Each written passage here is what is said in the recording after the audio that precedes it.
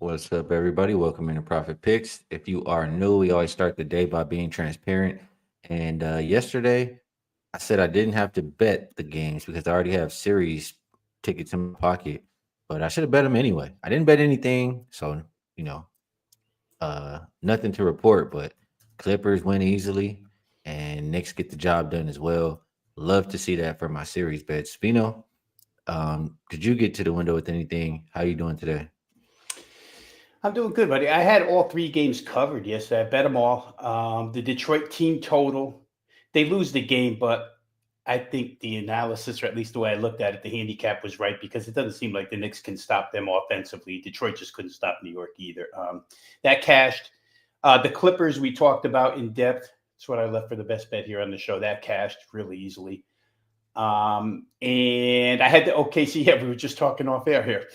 OKC Memphis over 228 and a half, and I still really find it hard to believe that they did not get there. But 31-point second halves out of Memphis will leave you at the altar, so to speak. So 2-1, it was good again. The run continues. The profit units keep going up. So not going to complain about it. Just wish we could have squeezed 3-0 out of it. Yeah, profit is good. 3-0 would have been lovely though. All right. Three games today to talk about, Robino. We'll go in rotation order. First up is Boston and Orlando. Boston open 5.5, down to 3.5. Total down from 198.5 to 196.5, 197, depending where you look. For Boston, oh wow, hold on. Let me refresh here. Let me refresh that. So yes, um, Jalen Brown, Drew Holiday, and Tatum all on the injury report. Tatum is doubtful. Holiday's questionable. Brown is probable, or it says very likely to play. So he should be out there. Don't see anybody on there for Orlando though, Rob. Orlando did play well enough to get the cover, stay within the margin. They now go home down 0-2. We all know what kind of situation or spot this is. Desperation. If you lose this game, series is pretty much over.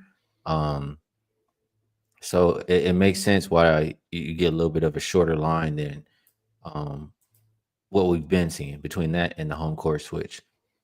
Do you think Orlando is good enough to win this game in this spot versus Boston? Because at 3.5, that's pretty much what you're asking. Well, in a way, I do think they're good enough, Ski, but not where the number is concerned. At least that's not the route I took. I didn't take the side way um, to this game, the side approach to this game. I thought that 96 and a half for a team total was playable for Orlando. You have to get to 97 to win. Obviously, everything you just described situationally suggests that they have an opportunity to win.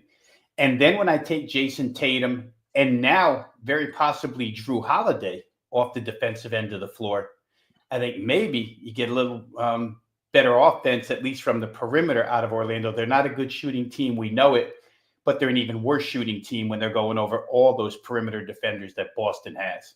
Brown and White and Holiday and Tatum. It's tough. But you take two of them out, and I don't know how, Jason Tatum, excuse me, Brown has been receiving shots in his knee for the pain. We just don't know if he's going to move at 100% either. So all that piled up here, Ski, plus home floor, and the fact that they did put up 100 last game kind of convinces me that they could win the game with 97 points. They could lose the game with 97 points. But I just thought 96 and a half was a little bit too low here. I'll just go through some numbers real quick for you. No, they haven't shot well, 44.8% from the floor for this series, 30.4 from three. If those numbers could creep up even a percent, you probably do get to 97. They've been beat up at the free throw line by Boston. Boston's been there 16 more times than they have, but I still have a lot of faith at home. We talked about it with Clipper home whistles last night, maybe evening up against Denver, probably even up a little bit here for the home team down 0-2, and Banchero and company find a way to get to the line. So, when I started adding all things up, 97, I know they're a defensive-oriented team that doesn't shoot it well from the outside, but they still should be good enough at home to get to 97 against a somewhat banged-up Boston team tonight. Yeah, I could see that. I mean, I agree with the part for the points of, you're definitely going to miss defense if Drew Holiday and Tatum are not in the lineup tonight. And I wouldn't. I do trust Orlando's defense, but in general, I mean, Celtics have been able to score on them, even when Tatum was out. I mean, you have guys who come in and are really good 3-point shooters. They're also not the best defenders. I mean, why doesn't this full game just go over? Why doesn't Boston contribute as well? It's not like, if they take the main guys out and you got Pritchard and Hauser out there, they're going to be bombing away. They're not going to. So I think we can include Boston. I don't disagree that Orlando can reach 97. I just think Boston is going to help too. 196 and a half. I'm starting to like that. Couple things in the chat. Appreciate you, Ninja. Says get over 100 likes. Definitely will help out the show. Don't see too much here for this game actually. So we'll keep going. Pacers and Bucks. This one opened up Bucks -3. Looks like 5.5 currently. Total open 229.5. And looks like 230. We'll call the consensus there. Don't see anybody on the injury report for Indiana, for Milwaukee. Only Tyler Smith is questionable for them. So Veno, we've seen a couple games already. One without Dame, one with Dame. And first thing I have to do is call out the coaching. And we know they're not the greatest. Glenn Rivers, hands in your pocket, Darvin Ham. Like, why are you refraining from putting both Giannis and Lillard on the floor for extended periods? Like, that's when your team is going to be at the best. Like, you should have them out there a lot. That's how I feel. I think they realize that. I think another game under his belt for Dame, conditioning wise, is important. I think he'll play better. Giannis, he continues to dominate this team every time he sees him, and he says, he knows what he has to do. I really just I like the Bucks in this spot. It's another one of those, I don't have to bet, so I might be kicking myself at the end of the night if I don't again. But because I have Milwaukee series, but this is a Milwaukee spot if I ever seen one. And this is a team who's been in this situation before, and they came back and won the championship. I would only take Milwaukee, and for a total, I would only look over. What do you think? Yeah, I agree with a lot of it. First of all, I agree that Giannis and Dame have to be on the floor together as much as possible. And for what it's worth, Lillard did play. I'm looking right here, 37 minutes the other night. I knew it was extended. So coming off a 15-game absence to go 37 minutes is pretty good. And he put up his share of shots. So you would think that now he's got one under his belt. Now he's coming back home. We know the dislike for Indiana, him personally, with Halliburton mocking his, little celebration. So I could see that happening. I'm all about Milwaukee in the first half here. The bet I made was their point total over 58.5. We saw in the first two games, the home team, Indiana, just come out of the gates at home on absolute fire offensively. That's kind of what I would expect from Milwaukee here. Their offensive performance was better in game 2 than it was. It couldn't be much worse than it was in game 1 because it was Giannis and nobody. I would, reach to the angle that I used yesterday, that role players play better at home. Milwaukee's got extensive role players. So they've done pretty well. It's not like the Clippers when I talked about it yesterday. The Clippers role players had done zero to help out. Milwaukee's role players have done a little bit to help out scoring-wise, but still you could probably count on them tonight to help. And I still don't, I don't like Indiana's defense anyway. So first half, Milwaukee down 0-2. Now on their home floor on a Friday night in front of the home crowd. Showed potential to score last game when they got up to, what were they, 112 last game? 115. And I'm going to narrow it down to first half, just the way I did with the Houston Rockets the other night. I think when Houston came back home, we both expected, when they were down 0-1 at home, we both expected in the corner situation that they would play well. They did. Jimmy Butler got hurt. It helped, yes, but they were going to win that first half by 2.5 anyway. It's just playoff style handicapping, right, Skee? You take a team that in the regular season, if you need it, it doesn't mean much. But here in the playoffs, if you're good enough and it means something, or if the matchup is good enough and it means something, then I like to bet that way. So I have Milwaukee team total first half over 58.5. I think they get to 60 or more. There's probably other ways to bet this game featuring Milwaukee on top of that, but that was my priority play in this game. Yeah, I like it. To James Jack, that's what happens in this situation where teams are down 0-2 going home for game 3. First half spread mirrors the full game spread. Books are going to adjust, they're not going to let you beat them on the same thing forever. So that's why we see that nowadays. The total, you said you like the team total? I got Milwaukee's team total first half, 58.5. I just thought was, for this particular series and pace that we see, it looks light. 58.5.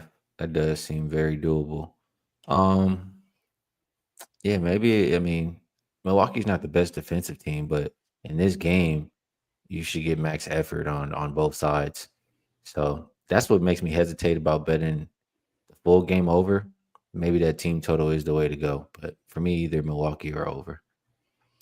We do need the game too, Skee, because I know I do. I'm pretty sure you do too, but we have that over 5.5 games right in this series. So we need a Milwaukee win here. I do. I have that, and I have the Bucks to win the series. So I really don't need to bet this game. The more I think about it, it's a total bet for me or stay off.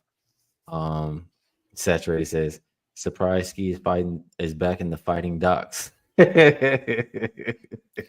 There always comes a time where, in this business, there always comes a time. And Bryce, thank you, Bryce. Correct him. He says the fighting blends. Saturated. That's better. All right, let's keep going.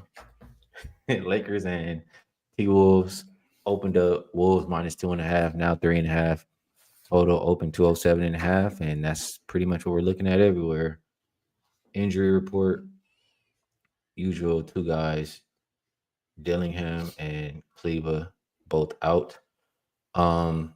Lakers, man, Rob, that was funny, right? But I was talking to you, I'm pretty sure, when the guy in the chat was like, what can the Lakers possibly do better? And I'm like, I don't know. Actually, fucking try. Like, just contest one of those 42 threes. Just one. Just one. They did a lot of contested shots. They played a physical defensive game, and they got the W.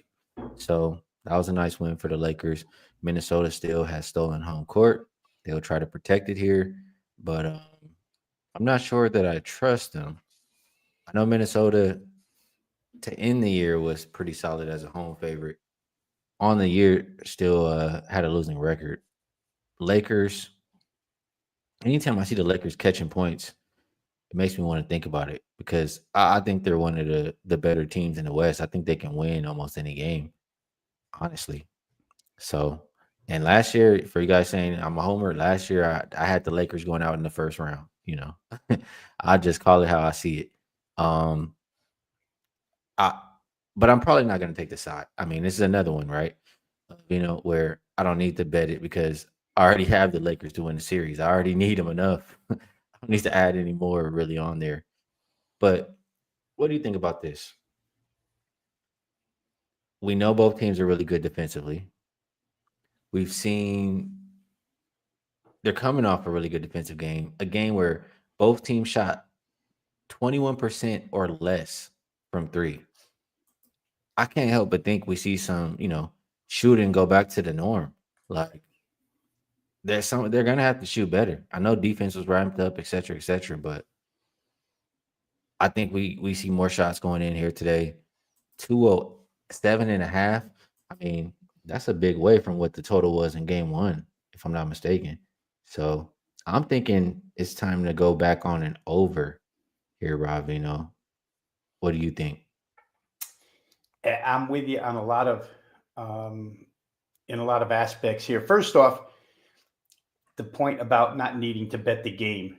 When we were on the other day, you're the one who actually put me on Lakers series for a second time. Remember, you said to me, well, you got to minus a game and a half, but one game doesn't make a series. Now you can still get the same plus 115 just to win the series. So I took it. Right. So now I got them, they could win in 7 or 6. If they only win in 7, at least I make, scrape that 15-cent profit up, or 5-cent profit, whatever. The total point that you were making, Minnesota game 1 was abnormal, right? 21 threes. And then game 2 was abnormal, 5 threes. So I'm with you in thinking that somewhere in between on their home floors where that 3-point makes lands tonight, somewhere in that, 12 to 14 range, 12 to 15 range, which means more points. They only scored 85 last game. And the Lakers, like you say, 6 of 29. It's brutal. I'm a big bounce back guy all the time. So I do think, and especially in the Lakers case, Skee, because if you take away that first quarter, where they went absolutely crazy and played really well, the offense didn't really click the rest of the way out. So they've got some good quarters in them offensively, I believe, especially with the big 3, the core 3 in that starting 5, Doncic, James, and Reeves together all at once. So the first game, I think you were saying the totals come down some in this series. 215.5 it closed in game 1. And now we're staring at 207.5. So they giving us 8 points here. I mean, 106, 102, 105, 103. Does that sound like too much in this game? Not really. Not to me, at least. And that's where we're at right now if you want to bet full game total. So I haven't played it. I could see the logic behind it. I could see the numbers coming back a little bit. The regression or progression to the norm would probably get this game up and over. Game 1 was 212. Yeah, 212 final, with LA doing nothing to help. Game 2 was 179 with nobody doing anything. So one of these games has to be a fairly decent offensive game. I'm just trying to look at my potential points numbers here, Skee. There were not a lot of opportunities in game 2. I mean, that's because the Lakers really shut them down defensively, but neither team even got to 80 shots attempted in that game, which is low. Probably a few more here. 45 free throws in the second game. I think I could get to over 207.5 here. Then just says playoff unders in a tied series, about 66.6% to the under. And, thinking about it logic-wise, it makes sense. It's an important game. Probably get a little bit extra effort and energy just because, it's a decisive game, like as far as who's taking the lead in the series. So in theory, it makes sense. But doesn't mean it's going to cash every single game. I mean, we saw the Knicks game go over last night. Knicks and Pistons, right? I could see the Lakers one going over, but we shall see. Anything else before we wrap it up here, Veno? Yeah, I would just say, theory is always theory, right? And we use a lot of it on this show because we handicap this stuff so intensely. But the deciding factor is always the number. Theory could be whatever it is, but if the odds maker is going to give you a number that's beatable, I would overrule the theory.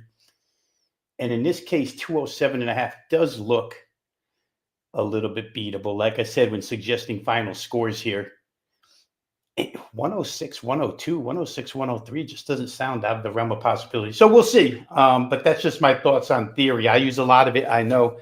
But in the end, it's what they're presenting us, what the market's offering us. And right here, it looks a little low. All right, we'll move it on over to best bets. And Veno, I'm gonna just pass it to you. If you have anything you would like to promote or remind the people of, and if you do have a best bet, feel free to share. If not, all good. Well, let's say this: the the run continued last night, as I said, another 2-1. So 45-16 now, 74% since the 17th of March. It's better. It's a 5-week period now. Up over 52 units. So if you are interested in selection packages, we got a lot of hoop this weekend, guys, Friday, Saturday, Sunday. And we got a lot of hoop left all the way through mid-June. If you're interested in that type of thing, selection packages, go ahead and visit Wagertalk.com or my page on their website, wt.buzz/RV. If you're not a member, I'll just add this real quick. If you're not a member over at Wagertalk, and you want to get a lot of video and written analysis for free, just drop your email address. You'll get it all for free. As far as best bet, Skee, I'll go back to game one that we talked about here. I really think Orlando's destined to get 97 here on their home floor. Their crowd is probably going to be very helpful here tonight. Probably not as helpful as Boston missing two key defensive pieces. That will be more helpful to them. Banchero has shown he can score against anybody on that team. Franz Wagner as well. I need a little bit out of the outside guys here. Need a little bit out of the home floor, a little bit out of the desperation, but I think I'll get there. 97 doesn't seem too much to ask. So best bet for the show is Orlando team total full game over 96.5. Good stuff from Mr. Veno there. For myself, I haven't placed a bet for today yet, but man, I like to get to the window with maybe that Boston Orlando over. I like to maybe get there with actually the more I'm thinking about it, I think all three games go over today. So I'll decide if maybe I'll take one, maybe I'll take all three, and I'll make some decisions before I go on the OG show coming up. So I don't want to give you guys anything just to give it, but you guys know the direction that I'm looking in. And you know why I don't have to bet sides for 2 of the 3 games. Always great to talk these games out with you. Appreciate you, taking the time to come share all the knowledge with us. People in the chat, we appreciate you guys. Thank you for supporting the show. If you enjoyed it, hit the like button for us and, subscribe so you know whenever we're live over here. If you want to hear a little more about NBA, I'll be live in about an hour with the OG crew. We'll talk it out a little bit more there. And I will also talk to Kyle and Chris at 1 p.m. Pacific Standard Time. So we'll get with you guys later. Until then, good luck and peace.